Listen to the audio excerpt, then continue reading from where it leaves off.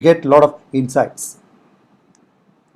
So today our session 8, we have two speakers, Prof. Regina and Prof. Joseph, joining us with the moderator, Dr. Joachim and Dr. Lisa. The session topic is SDGs and partnership in tourism. So we welcome you all and thank you for being present today. A very quick reminder again, please open your camera during the digital photo session. And we have muted all the participants' mic all the time to have a smooth flow while speakers are sharing their insights. So we kindly request the participants to post your questions only in the Slido, where we will share the Slido code in the next slide. And also our team will post the Slido link time to time in the chat. Questions posted in the Zoom chat will not be entertained. Please use your full name by renaming yourself, as we use that name for the attendance as well as for the issue of certificates for today's session. And we would like to also highlight to the participants the certificate will be emailed to you within 7 days after we complete the 5 days of CRiT summer school. So next week everybody will receive your certificates. Please be patient. A poll will be released in the Zoom at the beginning of the interactive Q&A, and the results will be shared after the summary. So this is the QR code. Please take your smartphone or tablets, scan this QR code to get ready yourself. The moment the speaker share, you can start posting your questions. So without further ado, please allow me to introduce the moderator for today's session, SDGs and Partnership in Tourism. The moderator for this session is Dr. Joachim Dias Sorio, who's the head of the school from the School of Hospitality, Tourism and Events of Taylor's University, Malaysia. Dr. Joachim is well known for his leadership academic roles, and he has in the field of education for almost 2 decades, and he has held various positions in the Taylor's University.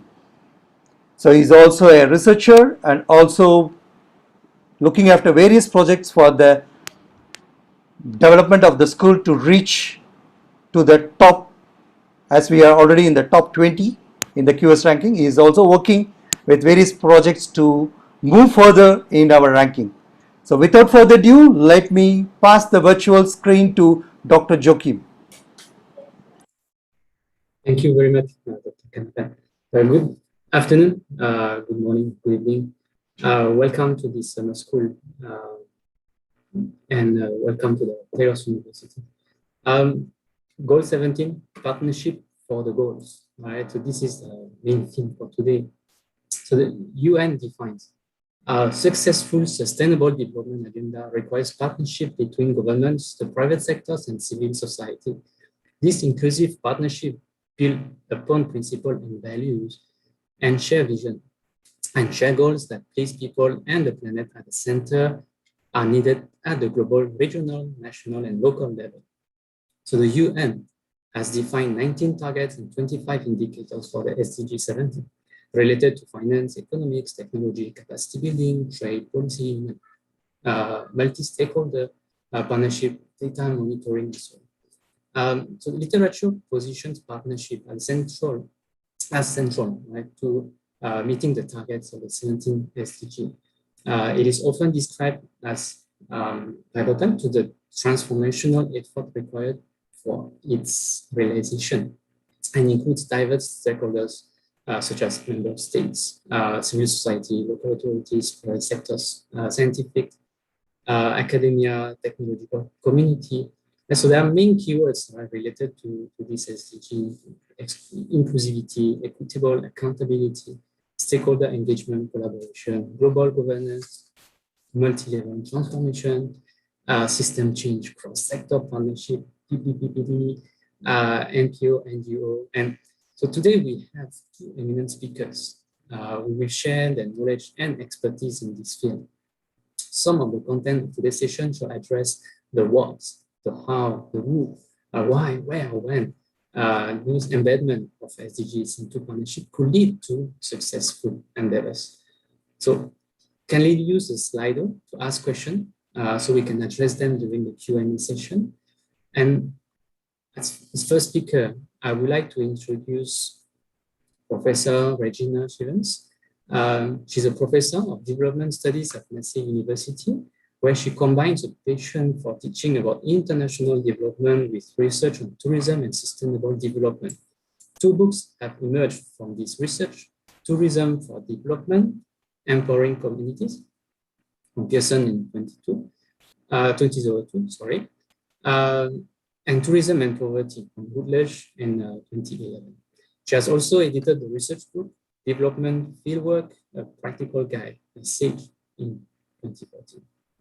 A wide range of articles have been published along the way on themes ranging from backpackers tourism to ecotourism, empowerment, and sustainable tourism. Recent articles have examined the sustainable development goals, the concept of inclusive tourism, corporate social responsibility in tourism, the value of self-determined development on customary land, and resilience and adaptation of tourism-dependent communities in the face of the coronavirus pandemic. Prof. Regina's field research is mainly in the South Pacific. Please allow me to introduce Prof. Regina. And Prof. Regina, the floor is yours. So we let you share your screen and then allow you to do your presentation.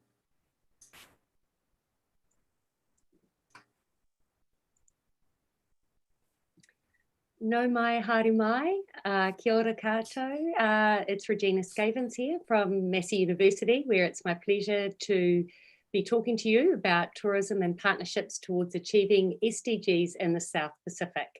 So after I've spoken, Joseph Chia will be sharing a few ideas with you as well. It's particularly pleasant for me to be involved in the summer school because I don't know if you can tell behind me, but it's winter here in New Zealand and it's nighttime. So, you know, it's only a shame that I couldn't participate in person in Malaysia at a summer school. I think we could do with a bit of sun over here right now. Anyway, what am I going to be talking about? Well, I'm going to be taking you through a few ideas on why partnerships matter through case studies in the South Pacific. But I want to let you know why Joseph and I decided that focusing around the idea of partnerships was a good idea for this session, because you've been participating in other sessions on a range of interesting things linking tourism and the SDGs across these few days. Well, back in 2019, a small group of us here at Massey University who are in the Development Studies program, we don't actually have a tourism centre or school here, but we do have a core group of us within Development Studies that focus on tourism. We actually realised halfway through 2018 that we were wanting to go to a conference on tourism and the SDGs, but there were no conferences to go to. We kept looking out and discussing how our work was all relating to various SDGs and tourism, and we wanted to be able to test out some ideas and learn from others who were also interested in this area, but we couldn't find such a conference. So we decided, well, we might just have to organise it ourselves then. So we got our skates on and we ran a conference in early 2019 on this topic. Some of you might have participated in that. It was face-to-face, but we also did have 2/3 of the presentations which were recorded, and you can still see them on the website. So there's a link to that here if you're interested in checking those out. That includes some great talks from people like Professor Susanna Becken, for example. So anyway, we ran this conference and the idea was to bring together a wide range of people. Industry people, tourism scholars and academics, people from civil society, like we had somebody there from ECPAT, which is trying to stop sexual exploitation of children. And we know how in tourism there can be real problems with children involved in the sector and being exploited. And obviously a range of tourism businesses, but government entities as well, and Indigenous tourism providers. So we had Māori tourism providers that played a really key role in the conference. And what became clear to all of us by the end of the conference was that partnerships mattered a heck of a lot. We couldn't rely on any one actor to deliver on SDGs through tourism. Governments couldn't do it alone through good tourism plans. Neither could NGOs, advocacy groups, just through lobbying about problems they saw in the industry. And neither was it adequate to expect the tourism industry to self-regulate, because actually that has been tried for a long time and it doesn't go far enough in most cases to ensure sustainability and to ensure that something as holistic as the 17 SDGs will be met. So we decided, let's do a special issue of Journal of Sustainable Tourism based on that conference. And so the papers in that have all come out over the past year or so, and it's just the editorial, they're just waiting on the editorial that Joseph and I have written to bring that all together, and then that will be published as a volume together. But the individual papers are all available online, and I'll be speaking a little bit about one of them. Joseph will be tapping into some of the learnings from some of the other 11 papers that make up that volume. Some of them were papers presented at the conference. Other ones were people who responded to the wider call for submissions for that special issue.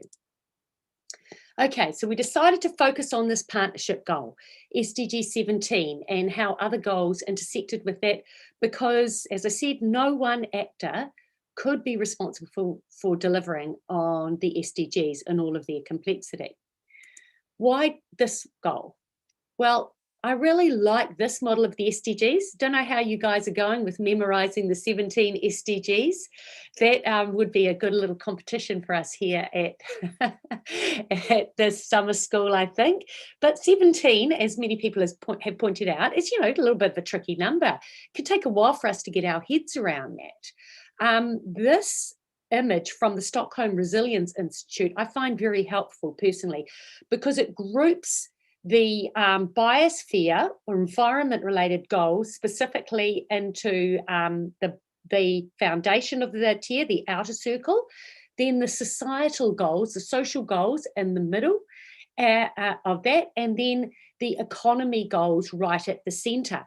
But you see the thread running through all this is the link to SDG 17 on partnerships for the goals and how partnerships can help to achieve these 17 different goals. So that's quite a useful way of clustering the ideas.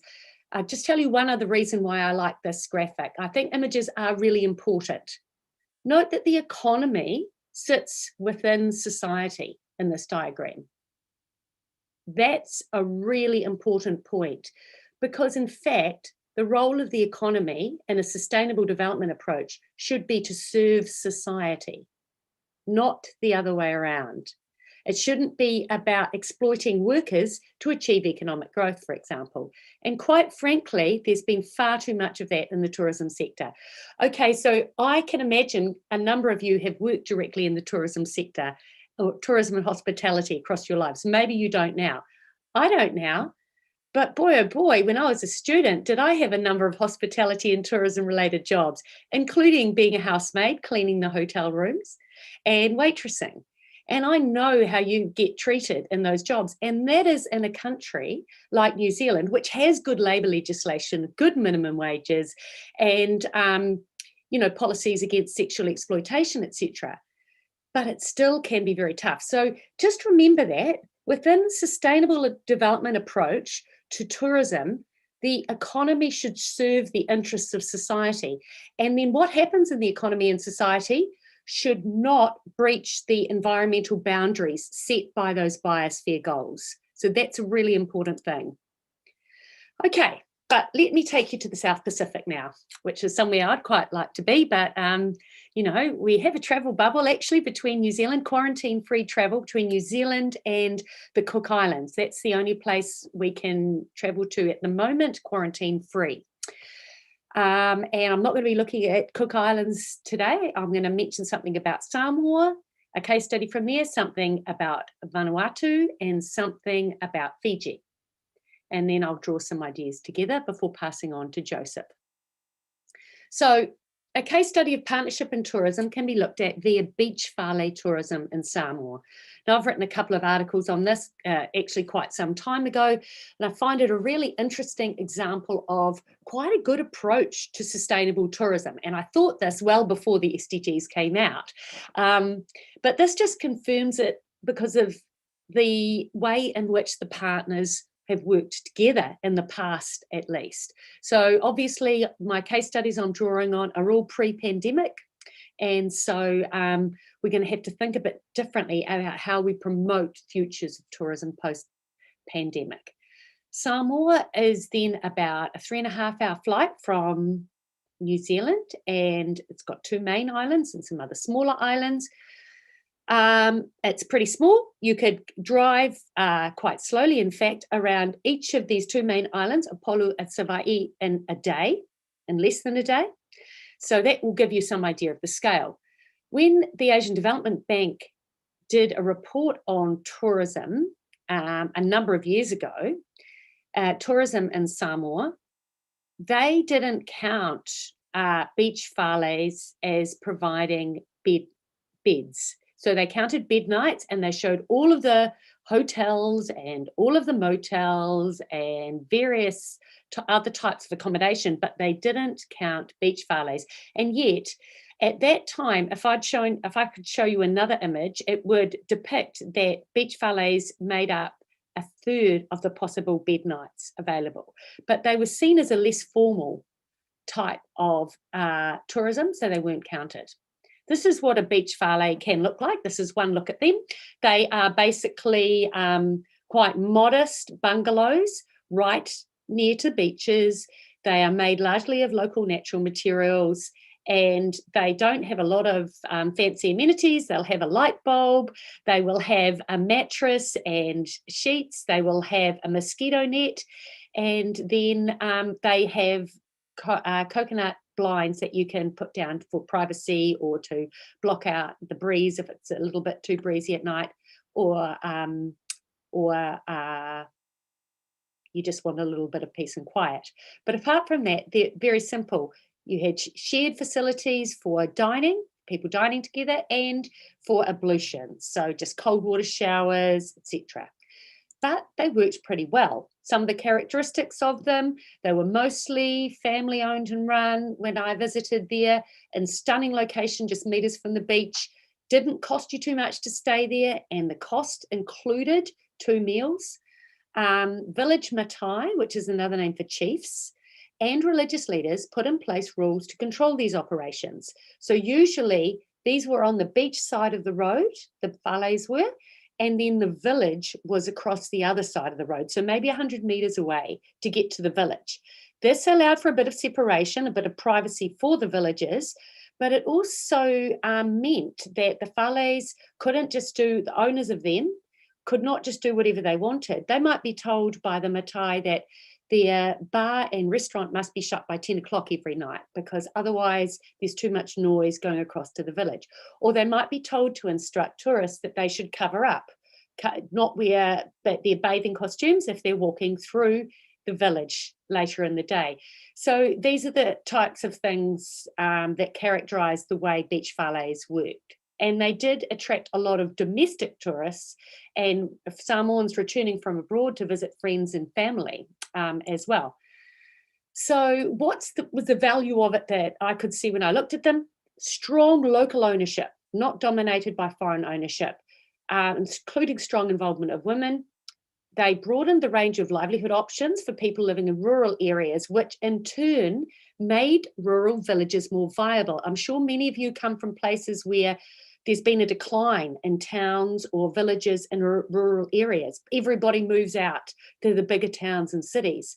Well, that was happening a bit in Samoa too, especially because a lot of Samoans tend to immigrate to countries like Australia, New Zealand, and the US if they have the opportunity. But beach whales helped to provide a form of revenue in rural areas which attracted younger people to stay in their communities. There was a lot of reliance on local skills and knowledge to build these, and it sort of helped equalize the relationship between guests and hosts because they were run by local families. It might be the mum welcoming you into the reception area. It might be the daughter behind the bar, the son serving you in the restaurant, someone else teaching you how to husk a coconut later in the day, the cousin. And you kind of got to know better the people who you were working for. They weren't just people that you were lying back on your sun lounger by the pool, snapping your fingers and waiting for your cocktail to be delivered. It's quite a different nature to the relationship. Definitely good opportunities for guests to learn about culture and nature. So this is my last slide on beach whales, and I just want to reflect on each of these actors that I think helped to enable beach whales to be a successful model of alternative tourism that was quite sustainable in Samoa. The government played a critical role. They had a really good sustainable tourism plan in place, which really helped. But that wasn't the only thing they did. They also invested well in the Samoan Tourism Authority, and the Samoan Tourism Authority was responsible for things like developing a beach whale owner's manual, which was in Samoan language and had images, not just text, which was really good because not everybody had strong literacy skills. They commissioned the Samoan Hotel Association to do some training and to help out with training of beach whale owners. They also administered a scheme of small grants to beach whale owners. So if they wanted to upgrade their ablutions, their bathroom facilities, for example, then they could get access to some support for that. And they also oversaw a village beautification contest, which was very hotly contested. Villages in Samoa were very proud about it. They won the most beautiful village, which they did by keeping their villages tidy and planting beautiful things along the roads. And to the extent that, do you all know what Western Union is? I'm sure most of you have heard of Western Union. Okay, well, a lot of people use it and have used it in the past for money transfers. And in Samoa, they sponsored one of the villages, and because Western Union's colours are yellow and black, all along the road going through that village, you would find black and yellow styles of plants growing with variegated leaves, but yellow and black was their main theme. And they painted their rubbish bins in those colours, and they were the Western Union sponsored village.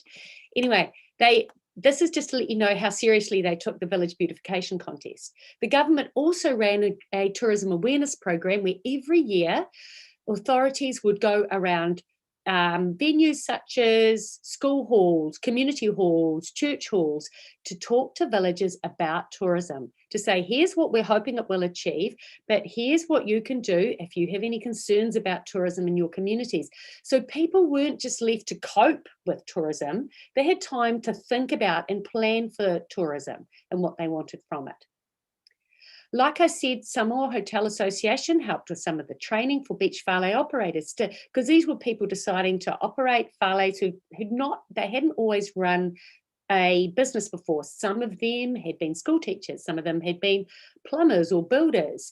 So the training was very valuable. The New Zealand Aid Program, a donor, was a really important partner. It supported the work on the research into the tourism development plan and the writing of that plan. It also provided the funding for the training that was going on of beach whale owners and the small grant scheme. Meanwhile, of course, community members were very important in this. They were consulted through that process of the government going out to communities to talk about tourism and to raise people's awareness of that. The Council of Matai, or chiefs in the villages, was helping to set the rules and to endorse the types of tourism they wanted to go on in their communities. And the beach whale owners themselves were really important partners. So I really strongly believe that this approach, with all of these groups playing an important role, helped to create a good form of tourism there. Case study 2 will be a quicker one on tour operators in Vanuatu. Okay, so pre-pandemic, we had a situation in Vanuatu where more tourists came in via cruise ships than by any other means. Okay, more than via flights into the main airport in Port Vila in particular. Now, in a place like Port Vila, which is the capital, they could sometimes get 3 or 4 cruise ships a week in peak season. There were also 4 other ports where cruise ships could stop in Vanuatu, and it's only 2 days sailing from Australia, which is another reason why Vanuatu ended up being a key tourism destination in the South Pacific. But I was doing some research there and became very aware of how Ni Vanuatu, which is the Indigenous people of Vanuatu, tourism operators were frustrated with what was happening in the tourism sector. I had read about the government policy on reserving investments in small tourism operations and bungalows, which are smaller accommodation, smaller forms of accommodation, to Ni Vanuatu people. So foreign investors were not allowed to own the smaller accommodations or the smaller tour operation businesses in Vanuatu. I thought, well, that's an interesting policy of the government in support of their own people having more direct investment in tourism. So it sounded fantastic.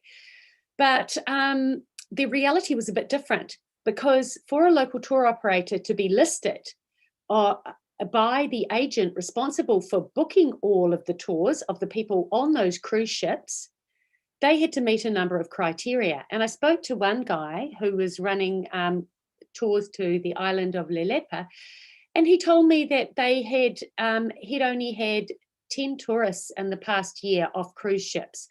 And despite the fact that he could offer a day trip for tourists coming into Port Vila, he was very frustrated at not being listed.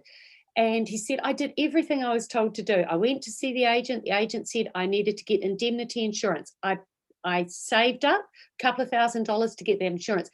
Then he said I needed to ensure my boat drivers had the proper health and safety licensing, had met those requirements. So I sent them for more training, but still he wouldn't list me. So there can be these barriers that mean that our ideas of partnership completely go out the window. In this case, to me, the government and the tour operators were generally trying to do the right thing in terms of sustainable tourism and ensuring equitable benefits from tourism. Because as we all know, sometimes it's the big investors that have earned the most revenue at the expense of local residents. So the government was trying to do something different about that, addressing the SDGs on poverty and inequality, you could say. However, in this case, the barriers created by the agent for the tour operator made it really difficult. Third case study is Rivers Fiji. Now, this is one that if you're interested in this, you can read about more in the work of Emma Hughes and Api Mavono, which is in one of the papers to come out of that special issue of the Journal of Sustainable Tourism on partnerships in tourism. So Rivers Fiji is a US-owned company which has, since the 1990s, had a very successful operation in the Upper Navua area of Viti Levu in Fiji, and it's partnered with local communities to achieve this, because over 80% of the land in countries like Samoa and Fiji is under customary ownership, which means anybody operating on that land is going to need to lease that land from local owners, the traditional owners of that land. So this company's had a really nice association with them. It's also, it runs a type of, it doesn't call itself ecotourism, but it is an environmentally friendly form of tourism, but it attracts mainly mainstream tourists. These mainstream tourists come from the resorts down on the Coral Coast, and it can take up to 80 of them on a trip over 4 or 5 rafts. So very popular activity, involves a little bit of cultural activity before they start, and then some environmental awareness as they're going down the river, and then obviously adventure tourism as well. So it's been a really good partnership for a number of reasons. One being that it provides real economic benefits for the local community. It employs 16 guides and 24 staff in total. It also pays lease money to the local communities. It allows people to sell handicrafts to tourists before they go down the river. It has a very big focus on environmental management and conservation, and helps to create a conservation area for the strips of land 200 metres either side of the river. Now that's really important. To give you an example of how seriously they take that, Emma and Api talk about how there was a particular tourist from a foreign country who went down the river and was seen to pick up a rock along the way. They wrote to her afterwards and asked her to return that rock, that she should not have taken that away from this environment, because their whole philosophy is we are not here to disrupt the natural environment. And also they do a lot of social and educational work, which includes awareness raising about environmental conservation and providing educational scholarships for those from the villages around there. And this is what enabled this young guy here in the image, who's from one of those Apanavua villages, to learn about being a youth leader and to get confidence and engaging with visiting groups. And in the end, those of you who are based in Malaysia, since this summer school's coming to you from a Malaysian university, you might be interested to hear that he was selected out of 33,000 youths worldwide to participate in the Asia Youth Model UN, which was held in Malaysia. So really good partnerships can provide all sorts of opportunities beyond the immediate economic endeavour. So just wrapping up now, key elements of successful partnerships with destination communities. So when you're just looking specifically at communities, and from being a development studies scholar, I'm particularly interested in those that are less empowered sometimes in tourism relationships. So I'm interested in those communities in particular. From their perspective, businesses need to realise that culture is going to be central to them. Also, there must be something very clearly reciprocal. What are the community's aspirations? What do they want to achieve through tourism? Most likely it's not just dollars. That will be part of it. But quite often they are looking forward to the opportunity to learn about other people and places, and to have people respectfully learn about their place as well. But also other opportunities, like the opportunity that opened up the young man I just mentioned. And also tourism needs to proceed at a suitable pace. And listen, we all know there were huge issues with tourism globally pre-pandemic. Over-tourism was a big issue. We can't forget that too quickly. We were going at it too fast and allowing tourism to grow without many controls over it at all, with many negative consequences socially and environmentally. So the manager of Rivers Fiji said, think more about a grow slow approach, especially when working with local communities. Once you become more profit-oriented, you lose sight of your social responsibilities, your responsibility to the community. So Warner and Sullivan and others provide some good tips on attributes of good partnerships. They're not talking specifically about tourism, but they can apply to tourism. Partners should voluntarily be engaged. They should mutually agree upon the objectives and have some shared goals about what they want to achieve.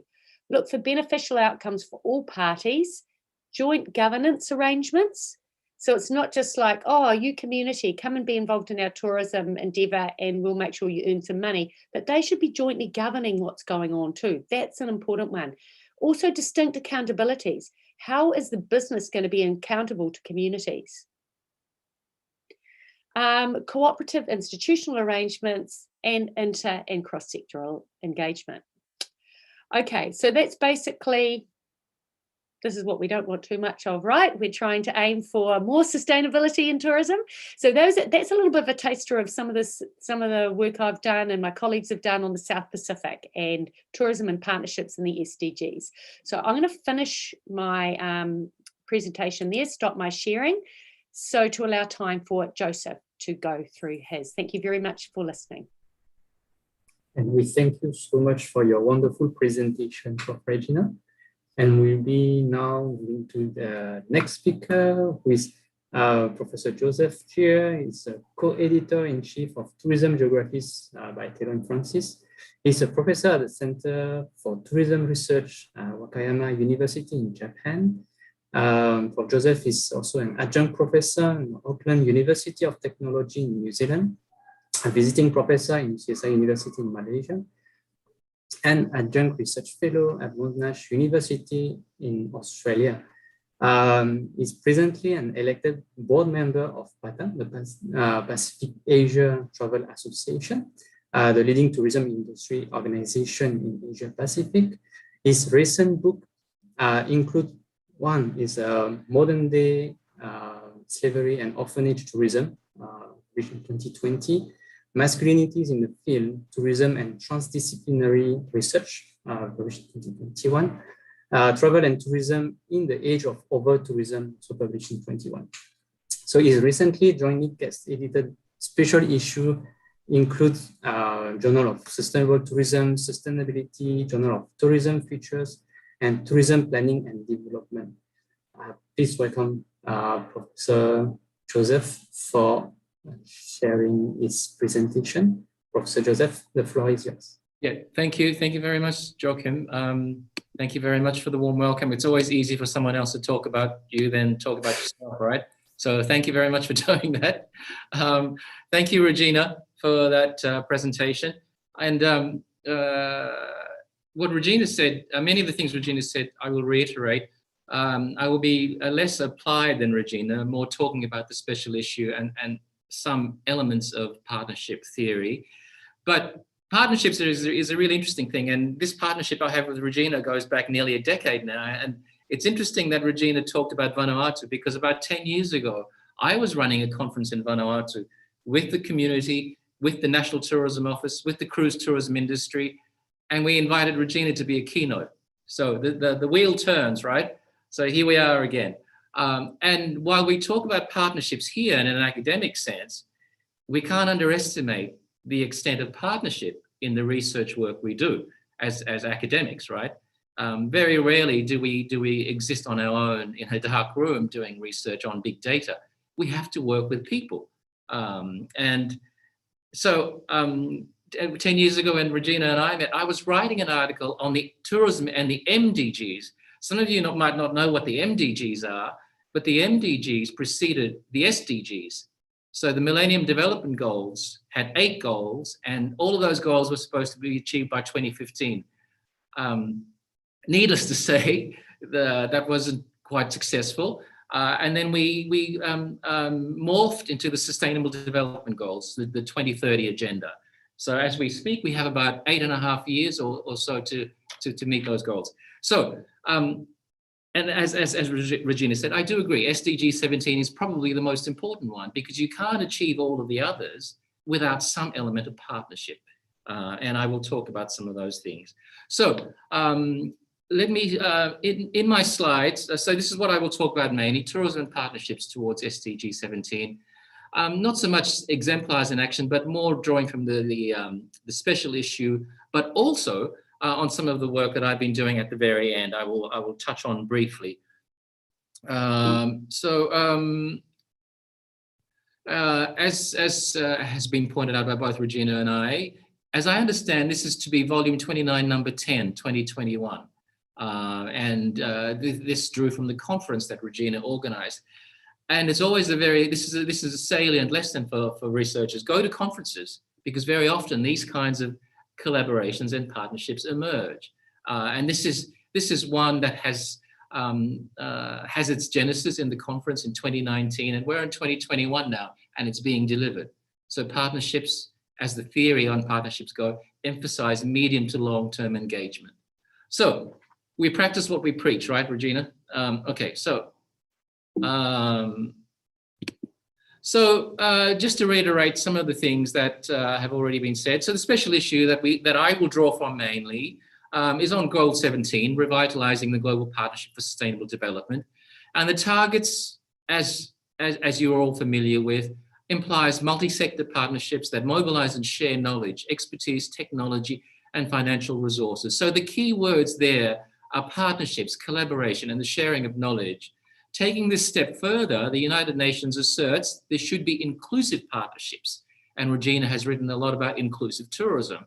So inclusive partnerships among the private sector, civil society, and government, based upon principles and values, shared vision and shared goals that place people and the planet at the center. A bit like that Stockholm Institute donut image that Regina shared earlier. But one of the things that we know is that while partnerships in their conception are idealistic, this notion of inclusive partnership can be difficult to achieve in reality. As Regina says, the rhetoric of partnership, while reflecting the goodwill of the different parties, can often conceal a broad set of tensions around the meaning and implications associated with this affirming term. Anyone who's worked in a team or in a collaborative, on a collaborative project, you know that tensions are more or less part of this. It's how we go about resolving them. So in this special issue, the authors analyze the significant challenges which need to be addressed in order to ensure partnership moves beyond the idea of the rhetoric of sustainable development and into reality, as well as presenting evidence of good practice. And this is what the papers in this special issue have set out to do. Well, good practice, but also practice that needs to be improved.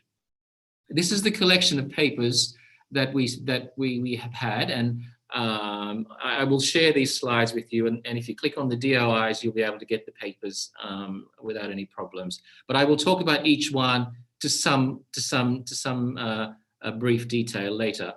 So partnerships, and I guess when we talk about the practice of partnerships, some kind of theoretical appreciation of what partnerships imply in tourism in particular is important, right? So given the tourism industry's global breadth and its multi-sectoral, cross-border often, and often also multilateral nature in terms of involving different countries, and also involving multi-stakeholder partnerships, community, government, local and federal and state and so on, these kinds of partnerships have tended to dominate the discourse on partnerships in the pursuit of the 2030 Agenda Goals, the SDGs. Bill Bramwell and Bernard Lane argue that tourism is no exception when it comes to the use of partnership structures. It's like anything else, right? And very often in tourism, this includes ubiquitous arrangements like public-private partnerships, for example, community-based partnerships, as we see in community-based tourism, pro-poor tourism, bilateral partnerships, as we see in international development, much like some of the ones that Regina suggested through agencies like the International Finance Corporation and the World Bank, through the Asia Development Bank. Many of you who are in Asia might be familiar with those. USAID, China's Asia Infrastructure Investment Bank, among others. So Bramwell and Lane point out that collaborative arrangements for tourism planning involve face-to-face interactions between stakeholders. And we use the term stakeholders a lot in our research. And really, when we talk about engaging stakeholders, we talk about engaging in a partnership of some sort.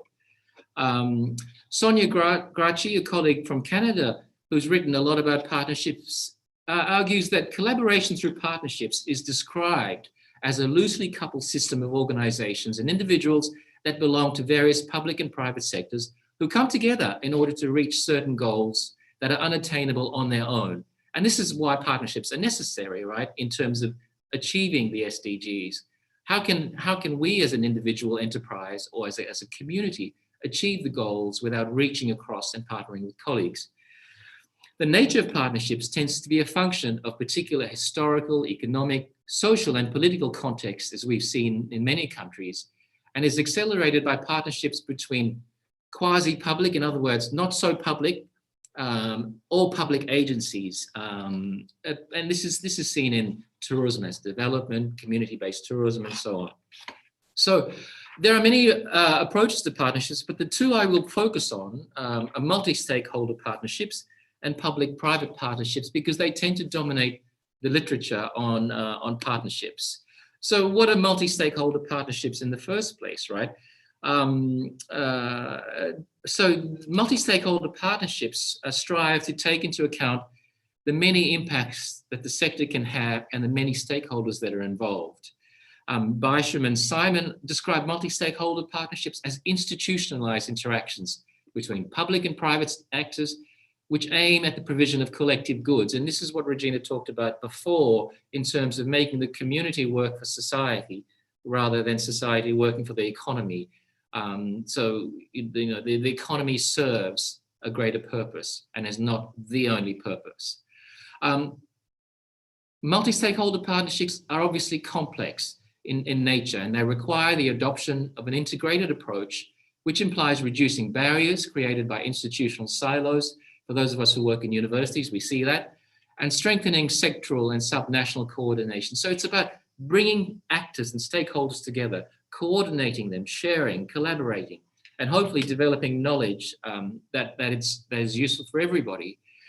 When it comes to the effectiveness of partnerships in development work in particular, as Warner and Sullivan has flagged nearly 2 decades ago, the overwhelming sense was of a concept that had been wholeheartedly embraced, but where little consideration had been given to what it actually meant in practice and how it could be taken up to scale. And this is an issue in tourism, right? How can we take these initiatives and implement them to a scale that can be adopted by many others? So multi-stakeholder partnerships have many binding constraints, and the characteristics that are common to partnerships like this often include voluntary engagement, mutually agreed objectives, distinct accountabilities and responsibilities, and reciprocal obligations and added value to what each partner would achieve otherwise on their own. And partnerships, this goes without saying, by their very nature suggest shared goals, mutually beneficial outcomes, joint governance, all of the things that Regina has already talked about. When it comes to multi-stakeholder partnerships, often the problem structure and the social and political context will determine whether partnerships of this type are the best means of implementation, right? So we can't say that multi-stakeholder partnerships applies in every case. It depends on the circumstances that are unique to each situation.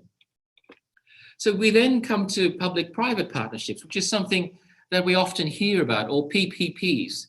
It can be quite difficult to say public-private partnerships, but public-private partnerships often entail private sector partners basing the viability of such partnerships around economic returns that are projected.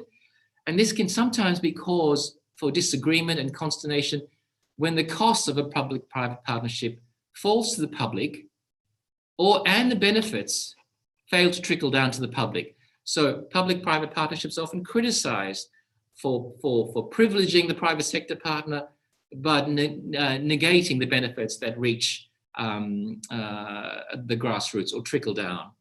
Public-private partnerships described as collaboration and participation are needed in order to address the concept of the public good, as well as the environmental and social concerns in the context of development. So we see this happening a lot in tourism research. It's not about the market, or it's not about growth. It's about the quality of tourism that partners are on the receiving end of. And one of the things that Zapata and Hall said, that organizations do not always perform consistently with the rational actor model of decision-making. In other words, organizations can often drift into self-interest in partnership arrangements, and that can be quite tricky to manage. It is also argued that institutional context shapes partnership formation, and by the extension of public-private collaboration. So a lot of times it depends on the institutional actors involved, the governments and their goals, whether they are shared goals or whether they are more related to self-interest. PPPs are relationship-based, hopefully having shared aspiration between the public sector and one or more partners from the private and or voluntary sectors. And when I think about PPPs, I often think about countries that invite investors to come in and say, we will give you a tax-free status for a decade. We will build all of the infrastructure. And your part is to provide the jobs and hopefully provide trickle down. But of course, many researchers are critical that that's where public-private partnership falls down. So public-private partnerships are no panacea. Carefully structured partnerships can potentially provide the ability to finance expansive projects, infrastructure projects, outside the government budget and alleviate the fiscal pressure on developing nations. But as Warwick Frost and Jennifer Lang says, there must be some kind of contractual implications. Contractual implications of entering into public-private partnerships cannot be underestimated because it forces people to comply, right? Because if it's totally voluntary and totally up to the partners, we can guess what happens. when the pressure's on. The characteristics that are common to partnerships under PPPs include voluntary engagements, mutually agreed objectives, distinct accountabilities, and so on. So PPPs and multi-stakeholder partnerships are some of the key partnership types that are in the literature. And in the special issue, this is borne out in many of the papers that authors have written. So the first paper that is in the list of papers in this special issue that you will see online in the Journal of Sustainable Tourism is by Bailey, Addy, and colleagues. And she gives us a case study from India. And one of the things that you will see in this special issue is we've tried to get a wide geographical spread of case studies. And Addy and her colleagues look at an example of heritage tourism, and much of the success around that has been built around a decade of close engagement. And this is the key with many partnership arrangements. We really don't see the result of these partnership arrangements until a medium to long-term timeline, right? And very often these partnerships fall over when people expect short-term rapid gains. So as they argue in their article, the total milieu of partnership formation in which the haphazard impact and coalescence of numerous factors, participants, and interactions result in the dynamic ebb and flow of issues within a partnership network. What they're really saying is that partnerships are complex things to manage. And very often, and in this case study bores it out, the alignment of values in the partnership process are important. In this case, the partnership process was based around an Islamic ethical framework, which was employed ideally to include the inclusion of the input of multiple stakeholders and a justice-based approach to development, right? Basically, what this article teaches us is the context is important in partnerships. The next case study by Yanni Leibert and others was touched on co-designing tourism for sustainable development, or what many other colleagues in marketing refer to as co-creation. When we talk about co-anything, what we're really talking about is cooperation and collaboration, right? So co-design, as this paper describes, takes its departure point in designing with rather than developing for. And that co-design can transform tourism practices and enable stewardship alliances for sustainable development. What we know in many destinations, the industry parachutes a concept in and the community has to deliver it. But what they're talking about here is co-designing tourism. In order to co-design tourism, they argue that an attitude of mind of not merely being possible, but at all times a continuous, other regarding process of becoming, in other words, considering all of the stakeholders, can enhance tourism's distinctive capabilities and human engagement with others, and whereby tourism unfolds its being while contributing to better world making. In other words, this idea of inclusive tourism that Regina Scheyvens has talked about with Robin Biddulph in the past.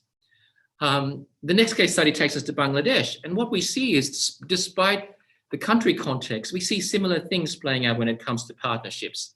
Here, Arif Hock and Brett Lovelock and Anna Carr, they talk about the involvement of NGOs, and by NGOs, I mean non-government organizations. For many of you in Asia, you'll be familiar with the role that NGOs play in tourism development. Here, they talk about how NGOs have gained recognition as important actors in developing countries where the poor have limited access to markets. So these NGOs can help address some of the limitations that communities have. But in this instance, they argue that NGO-facilitated tourism, the evidence shows, has failed to bring any change to the community's identity status, nor to their land disputes. So when we talk about partnerships, despite having an ideal makeup of a partnership, they have still failed to bring any change to the community's identity. And this paper discusses the reasons why that is the case. Okay, from Bangladesh, we go to Bali. And Claudia Dolezal and Marina Novelli talked about Bali, and Bali is often a very good case study. And I know there's probably some colleagues from Bali here. Bali is often a good case study discussing how tourism hasn't actually worked, how it's worked, and what needs to be done better, right? And as Dolezal and Novelli argue here, Bali is trapped in the complex tensions between the global, the ethnically diverse Indonesian nation state, and the local or Balinese-ness, which may believe needs preservation, particularly through local ownership. So very often when we come together in partnership, we have these different layers. Here they describe the global, the Indonesian nation state, and the local, right? Where they come to the partnership with very different ideas. And in this collaboration, tourism is often seen, like many, in this collaboration, tourism is evidence that it can create opportunities for the articulation of villages' agency, self-organization and autonomy, restoring a balance to an island where mass tourism has caused an imbalance between the human, natural, and spiritual worlds. And really, at the nub of this is the problem that partnerships have not been adequately developed that takes into account the desires and hopes and wishes of the Balinese people. So then from Bali, we go to Japan. The next case study talks about what the critical success factors that underpin partnerships. In this case, they talk about how partnerships at a local level in tourism are often driven by outsiders. Within the community, it's very difficult to get partnership amongst themselves, and it often takes an outsider to come in and develop a network and partnership that they can all be part of. And as they say, if the agency of local stakeholders is deprioritized, such as through community-created responses becoming marginalized in favor of the official projects, of the investors, of the outsiders, the legitimacy of the entire endeavor is threatened. And when we see the impacts of tourism being underachieved, very often we find that local stakeholders are minor partners in all of this. Okay, I'm getting to the end of my presentation. I think I might be running out of time. But as the next case takes us to Kenya in terms of the management of natural landscapes. And here they argue that in most cases, partnerships are only able to effectively fulfill their governance roles with the support of the government. In other words, without the government's involvement in any partnership arrangement, the power dynamics will mean that those with the power will take on the most important roles, and as a result, the most important and draw most of the benefits.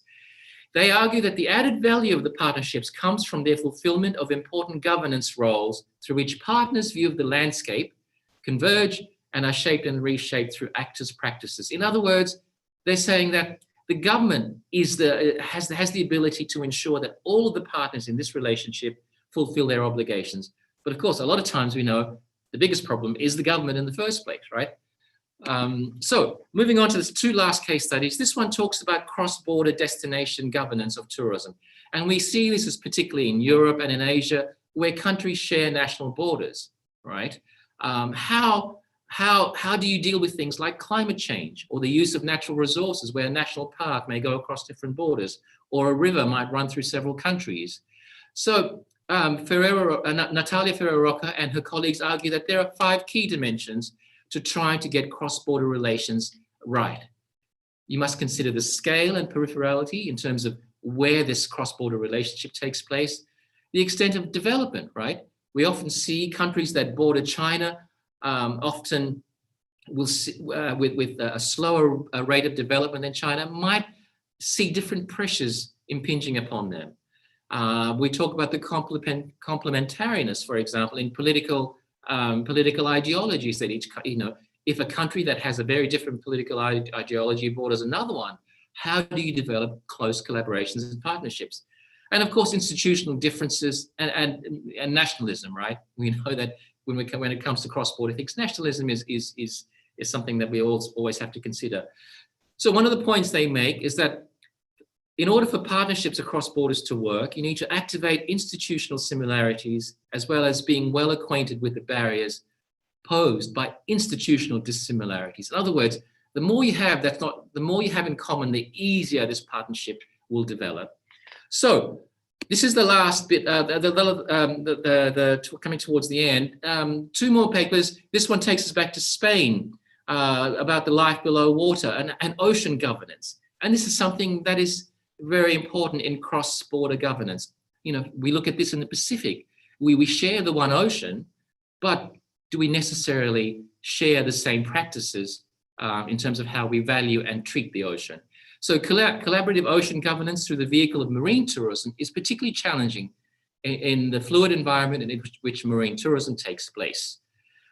Here they argue that government is the main guarantor and facilitator. And once again, we see government rearing its head as one of the key instigators of partnership.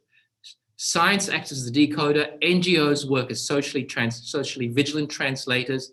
Diving centers or the industry as the driver of literacy. Because if people don't understand how important a resource such as the ocean is, it's very difficult to engage in mutually beneficial partnerships. And the last one looks at multi-stakeholder partnerships to fight food waste. And what Divisa Amundsen talks about here in a Netherlands context is that the values that each partner, for its unique partnership arrangement, must value each partner's unique knowledge and capabilities. And in this case, trying to drive a project around food waste and reducing food waste towards changing behavior. What she argues is that these kinds of interventions or nudges, where rather than applying force and penalties, nudging is a softer approach to persuade consumers to behave and make more pro-social choices. But whether partners embrace this is the big issue, as she describes. So the last paper in this series comes from Canada and talks about the impact, the historical precedences that act on partners in a relationship.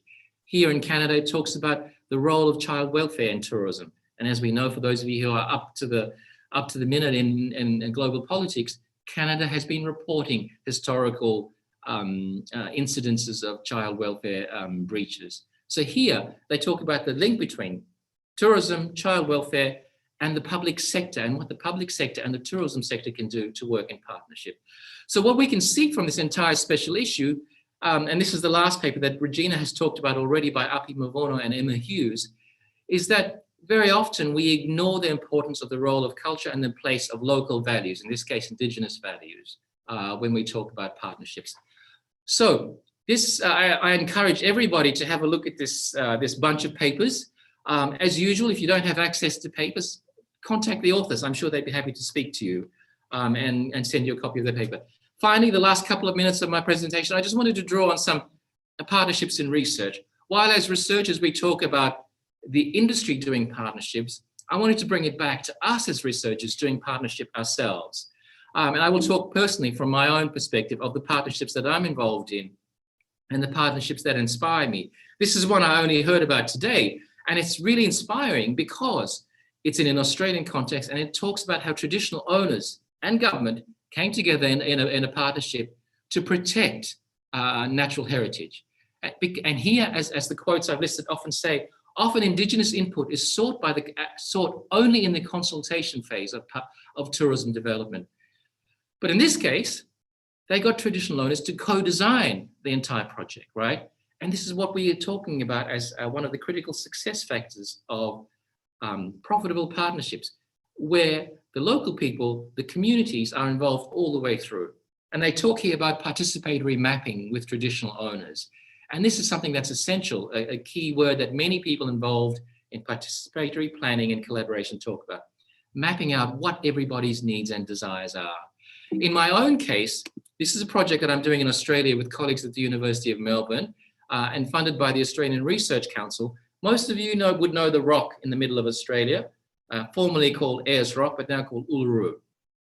Despite many decades of tourism development and many so-called partnership arrangements, the well-being of the local community remains very, very stubborn in terms of very poor outcomes. So in this partnership, we've partnered with National Parks Australia, we've partnered with Voyages Indigenous Tourism, and Tourism Northern Territory, a government body. And one of the things this illustrates for us as researchers is when we want to do these kinds of large community shaping projects, we can't do it on our own as researchers. We need government, we need industry, we need community working in concert with us. And the last one I will talk about is this project that I've been doing on modern slavery and orphanage tourism, right?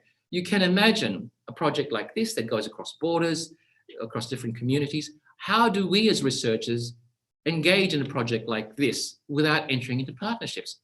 Here we partnered with Save the Children Australia, with Forget Me Not, an advocacy agency, with Cabby the publisher. And as academics, we came across different disciplines. We also included secondary school teachers, legal practitioners, social workers, documentary filmmaker, children's rights activists, journalists, freelance writers. So when we talk about partnerships, for both Regina and I, while we might talk about partnerships over there with a community or a destination, in our own practice, we are constantly working on partnerships and collaborations. And in other words, practicing what we preach. So with that said, that's my final slide, I do believe. And I will hand back to the organizer. Thank you very much. And terima kasih and ohayo arigatou gozaimasu to everyone. Thank you very, very, very much, Prof. Joseph. Very insightful. I hope everybody were getting all this knowledge and information and grasping as much details as possible. Very rich presentation from both. So thank you very much for your inputs. We will be moving on now to the Q&A session. And just before that, just for information, we'll be starting a poll question where there will be some few questions that will be asking everybody to spend a bit of time just to fill it, and at the same time, concurrently, then we'll be proceeding with the Q&A. So I have one first question for Professor Regina. In the case you have presented from the beach fail in Samoa. So the case that you have presented seems to present a better partnership while presenting a small-scale tourism cases, and they are likely to have good bonding, and it seems to have a very good partnership happening here. Now, in many cases, due to differing interests among stakeholders, partnership becoming more challenging, what is your thought on fostering successful partnership in those conflicting situations? If there are any specific model that can be used to promote partnership? Sorry to ask this, but can you let me know who asked the question? Because I've opened the Slido as well, because I think it's sometimes easier to read out, for me to read for myself as well. And I'm not sure which question that one is. I was looking at the ones which had the most votes up the top. Is it one of them? Okay, I'm sending it to you through the chat here. Okay. Fantastic. Just to make sure I've got the context right. All right. Thanks, Joachim. Thanks very much. Yeah. Small scale tourism. Yeah. Fostering successful partnerships in conflicting situations. Okay. So I'm not sure if there is a specific model of partnership. I think we need to think about principles to guide the partnerships that are going to work most effectively. And so some of those attributes that I mentioned near the end of my presentation, I think are really important to consider. So thinking about building in right from the start a plan for, a tip from the case study in Fiji is that the Rivers Fiji, that quote that was there was about proceeding more slowly. I think we need to develop the right relationships. Everyone knows that good partnerships take time. Okay, think about it, guys. How many of you are married or in long-term partnerships with somebody? Okay, if I ask you to nod, if you think good partnerships take time, it's not all about the initial excitement. And real partnership and enduring sustainable partnerships takes time, takes energy, takes good communication. And it's not good if there is a significant power imbalance. Honestly, I think it's not a terrible analogy to think about this to do with human relationships generally. If one partner's holding all the power, the other is going to feel oppressed and they're going to start maybe acting in subversive ways, or maybe just avoid the other partner and not turn up for meetings, etc. So I think really considering building a structure for developing good relationships is the foundation for partnership. And that communication that goes on has to be in appropriate languages too when considering destination communities. Too often, I've seen examples like in Fiji where there's customary land on which a resort is building a huge $20 million endeavour, or no, much bigger than that actually. $20 million in one case was what the golf course was going to cost, I think. So imagine the whole enterprise might be, I don't know, so it was going to be 200 million. Okay, the community hasn't signed off on this yet, and they're going to be the leaseholders, but then they're just waiting on the environmental impact report, but it comes to them in English with no translation into the Fijian language. That's not a very good way to start a relationship. It's as if they're supposed to sign off on it without fully understanding what the possible implications could be. So that can be highly problematic. So I think that's a foundation. Build slow, build good relationships, and then on top of that, think about ensuring there's some shared objectives, that there's a clear division of responsibilities, but also fair benefits coming out of it, and also a role for the smaller entities in the governance of whatever the initiative is. Not just that they're supposed to sit there and wait for some handout, because that's never been a sustainable way to work.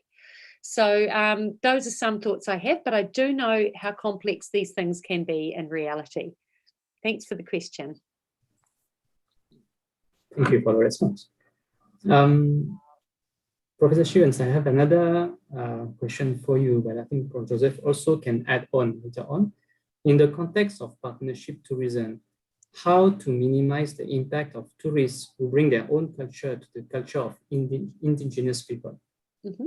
Thank you very much for that question. Okay.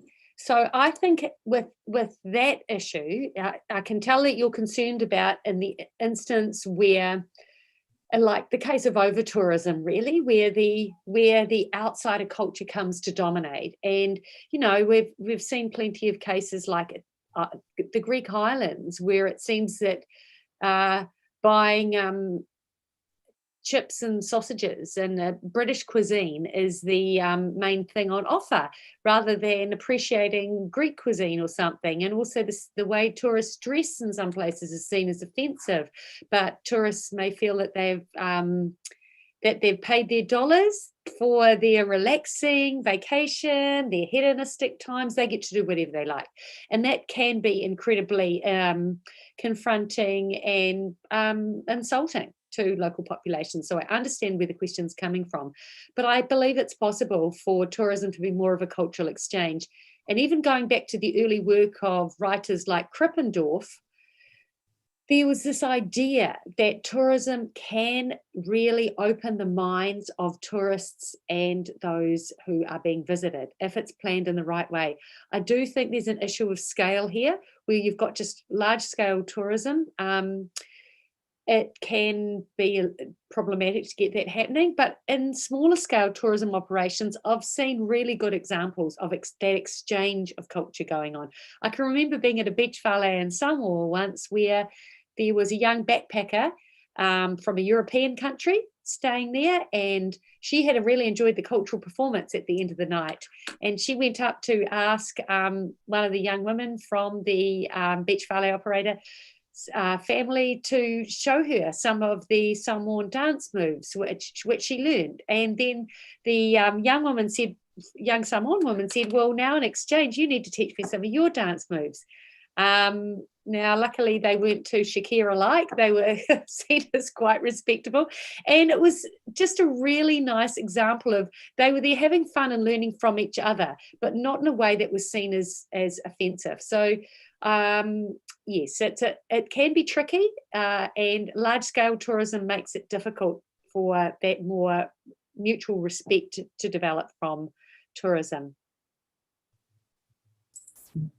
Professor Joseph, would you have some input on that? Okay, yeah. When I think, this is always a cause for concern, right? The tourist culture versus the host culture, and when they encounter each other, what happens in the process? To me, I very often tourists are blamed for their behavior, right? for example, here in Japan, and Regina's right, question of scale. Here in Japan, in Kyoto especially, one of the most popular destinations, a term translated in English as tourist pollution has come up, right?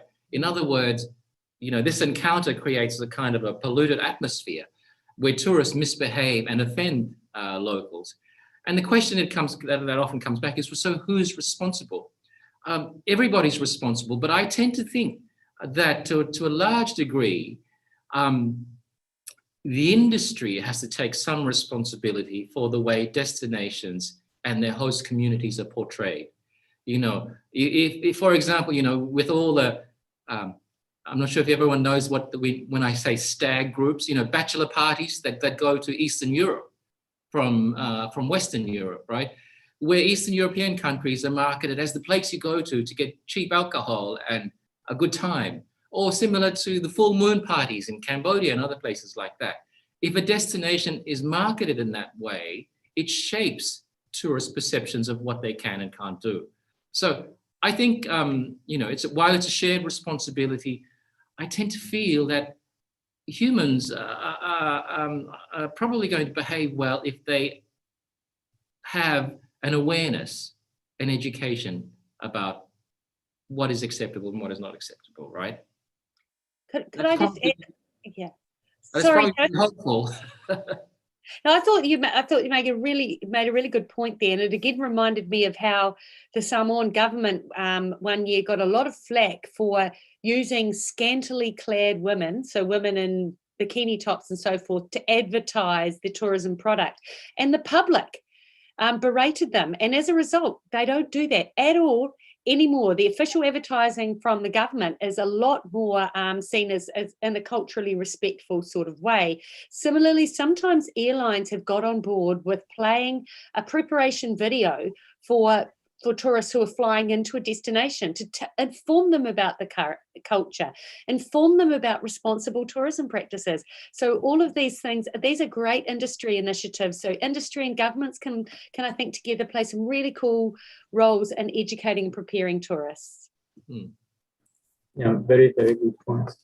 And this will lead to maybe one of the last questions. How do we find then the correct balance between economic development and environmental degradation when the community's well-being is determined by economic development? That's for you, Regina. Oh, I thought you might want to go first on that one, Joseph, because I get too enthusiastic with my responses. No, do you want to, or do you want me to? Yeah, you go ahead, Regina. And sorry, I was being a bit distracted. Was it the environmental degradation versus economic development? Right. Thank you so much, Joachim. So yeah, absolutely, a really critical issue. I think it's the nature of the economic development that we have to have a look at. Look, you talk to anybody. Do they want jobs? Yeah. Do they want income? Yeah. Do they want opportunities there? But there are some forms of economic development which can be more positive for especially for destination communities than other forms. And so how do we ensure they have voice, have some political say about things? And that most communities living in a destination will continue to live there after the tourists go home. So they do care about the environment, actually. Inherently, if they're Indigenous people from the area, they very much do. It's part of their DNA in a sense. They are part of the environment. They are intimately connected to it. But also others who reside in tourism destinations don't particularly want to find that there are face masks all over their coral reefs, which apparently is what they're finding in the Philippines, a recent news item. So, really making sure that those who live in these destinations are part of the voice for planning tourism, not assuming that someone who's done their higher degree in tourism or business management, or who has spent 15 years going through hotel school and then managing resorts, or an official of the government sitting in an office gets to make all of the decisions. Really, again, that partnership approach is needed to allow the local voices to say more about what's happening, because they have the most at stake. They are living there. They're going to continue to live there if they can. And so trying to get their voices coming into it, I think can help with that. Joseph, your thoughts? Yeah, I mean, Joachim, it's a very good question, and there really is multiple answers to that. It's a $1 billion question. How do we balance all of the priorities, the economic, the environmental, the social, and the cultural? And it reminds me of the Olympics right now. You know, here in Japan, we're in the southwest part of Japan, not in Tokyo, but if 80% of the Japanese population didn't want the Olympics, yet the Olympics have gone ahead, you know, are we prioritizing one thing above the other? Are we prioritizing the economics above the public health? And that's a really important issue for destinations wanting to open up. What do? Do we elevate economic priorities and sacrifice some of the public health measures on our that our local population are likely to be the recipients of? So in a way, I think it's not finding one point. I think it's like a radio dial, you know, not the non-digital radio dials. You're constantly trying to find the right frequency, right? And it depends what station you're trying to get. And similarly, some countries where economic priorities are far greater, and we see this, right? For example, in Greece opening up for tourism and tourists.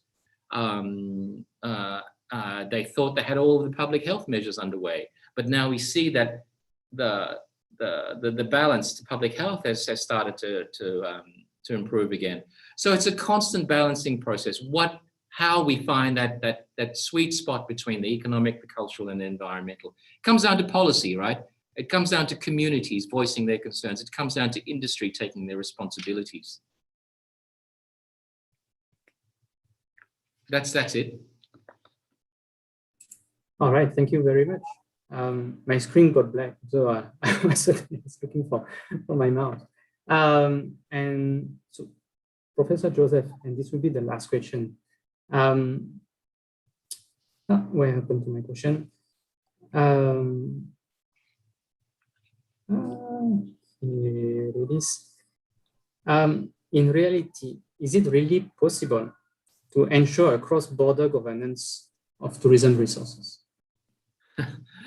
Yeah, it depends. It depends which border it is and who the other countries are.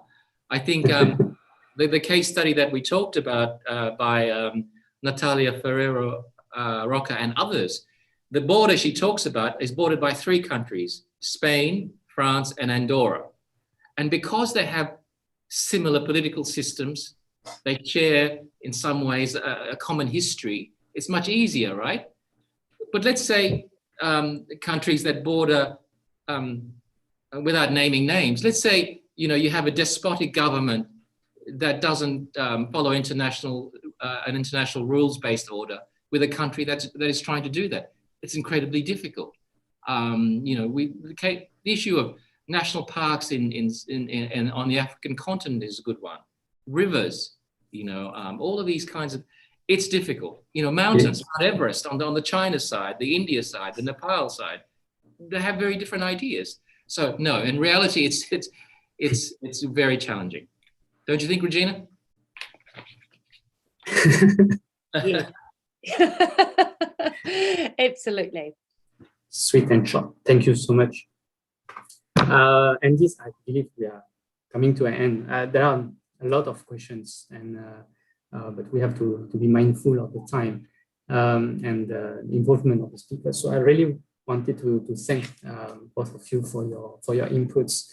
We will be sharing now the results of the poll, and I believe that something wrong with my screen again. Okay, I cannot see the poll anymore.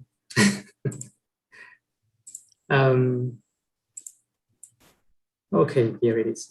Right, so we see from the result of the poll that which SDG talks about decent work for all. Mostly everybody, majority answered for the SDG 8. When it comes to list 4 attributes of what constitutes decent work for those employed in tourism and hospitality. So majority tick on the 4 of them, meaning those 4 attributes are important. On the question 3, sustainable tourism has its genesis in the Brundtland Report 1987. Which of the following is not aligned, right, with sustainable development? So intergenerational equity is most common answer. And on the last question, tourism geographies is one of the leading journals. And which of the following describe the focus of tourism geographies? Space, place, environment. And everybody answered, right? So focus on those 3 answers. So those are some of the answers provided by the audience. Quickly, a very quick summary. So thank you very much for your kind presentations. Big congratulations for the conference that you generated on tourism SDGs in 2019. Right? So congratulations on that. Prof. Regina highlighted on this wedding cake approach, right, and the meaningfulness of this approach, and share on this partnership being central, right, to the SDGs. Share on the few case studies, right, in the Samoa, in the Vanuatu, in the Fiji. A lot of people thank you for the diversity of the case studies, and then highlighting on Samoa, the Fijis. And then we have also Prof. Joseph. So a lot of similarities between both presentations in terms of topics and keywords. And we have Prof. Joseph highlighted on the inclusivity of the partnership, and share on the good practices, right? Highlighted on the complexities and the multi-phase nature of partnership, complication that can happen, and also the important needs, right, that economy to serve, right, the community, and looking at actually how partnership are being co-designed in order to benefit, right, tourism and local population and the entire system. So thank you for sharing the different inputs from different countries. And yeah, a great session on the Q&A. So wanted to say thank you. So it's short, quick summary, but wanted to spend more time on the Q&A and allowing us to do your presentations. So thank you so much for that. And I hope everybody enjoyed the session. Feel free to ask more questions, and then we'll be addressing, right, all of them. Hope everybody had a great time. Thank you once again, Dr. Kanapan. The floor is yours again. Thank you, Dr. Joaquin, for managing the session very well. And also on behalf of CRiT, Teles University Malaysia, we would like to thank Prof. Regina and Prof. Joseph for taking your time to share a very valuable insight. It was really a great start for the day 4. So I kindly request the participants to use this Slido. Okay, this is a QR code, to post your feedback only using one word so that we can create the word cloud. So please use this QR code or probably the link which will be shared in the chat to post your one word feedback about the session. So we will share the result after our next agenda, which is digital photo. So I kindly request Dr. Lisa to do the digital photo. So we request all the participants to open your cameras and keep your good smile so that we can acknowledge all your smiles as an evidence of this day 4. And I forget to mention, of course, thank you, Dr. Lisa, for your time and your kind assistance during this session. Thank you so much for that. Okay, we will probably wait for a few more people to switch on your cameras. There are quite a few pages, so please be patient. Have a bright smile on your camera. Okay, I'll take the first page first. I count 1, 2, 3.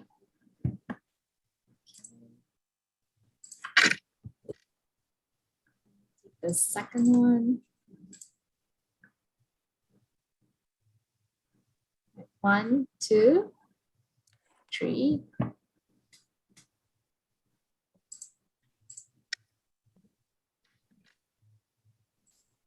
Next one. 1, 2, 3.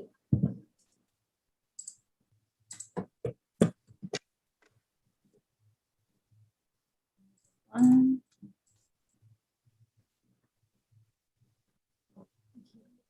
1, 2, 3.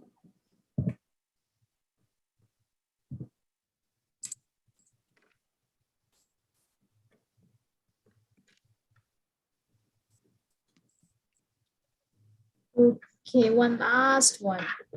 1, 2, 3. That's all. Thank you, everyone. Thank you, Dr. Lisa, for helping us and also helping us to filter the questions by monitoring in the Slido and passing to Dr. Joki, and also constantly engaging with the participants in the chat and also the students support team. So here are the one word cloud of the feedback. I think people who have missed to scan the QR code, you can find it on the left side. So please scan and post your one word. I think it will not take more than 5 seconds, but really it will make the speakers feel good by seeing the words bubbling up. I think it looks like the partnership getting the more bubbles aligned to the topic of today, which is a partnership. Okay, don't stop the partnership only listening here. Try to reach all the people, the speakers and everyone, even the Taylor's University CRiT, to look for any collaborations and partnership. We are always eager to work with a different group of peoples. So I think that's the whole agenda or outcome of this summer school. So where we can share and learn and at the same time collaborate more. Okay, we crossed over 100. Still people are posting with respect to the time. You can still continue posting. Probably let me go to the last slide for today. So it's good to see the partnership retains as the bigger bubble.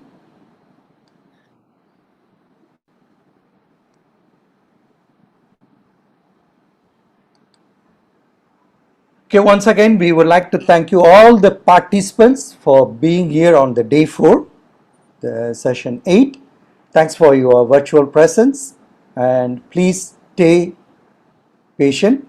Maybe you can take a quick short health break, probably 15 minutes, and join us back because the next session will start exactly in 20, I think in another, probably 22, no, not even, 22 minutes. So maybe in another 20 minutes, we will start the next session, which is an interesting topic, another topic, rural tourism, which we have an eminent speaker joining us from Bahamas, Prof. Vigneshwar Nair, and we have our another colleague who is also well versed in the area of rural tourism, Dr. Bhuvaneshwaran Kunashekaran. And the session will be moderated by Dr. Tanam Subramaniam and Ms. Dea.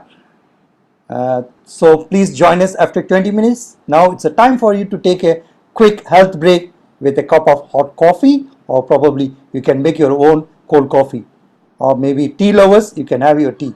But don't forget to come back in 20 minutes. We will be eagerly waiting for you. Please join us in 20 minutes. Thank you so much. Thank you once again, everyone.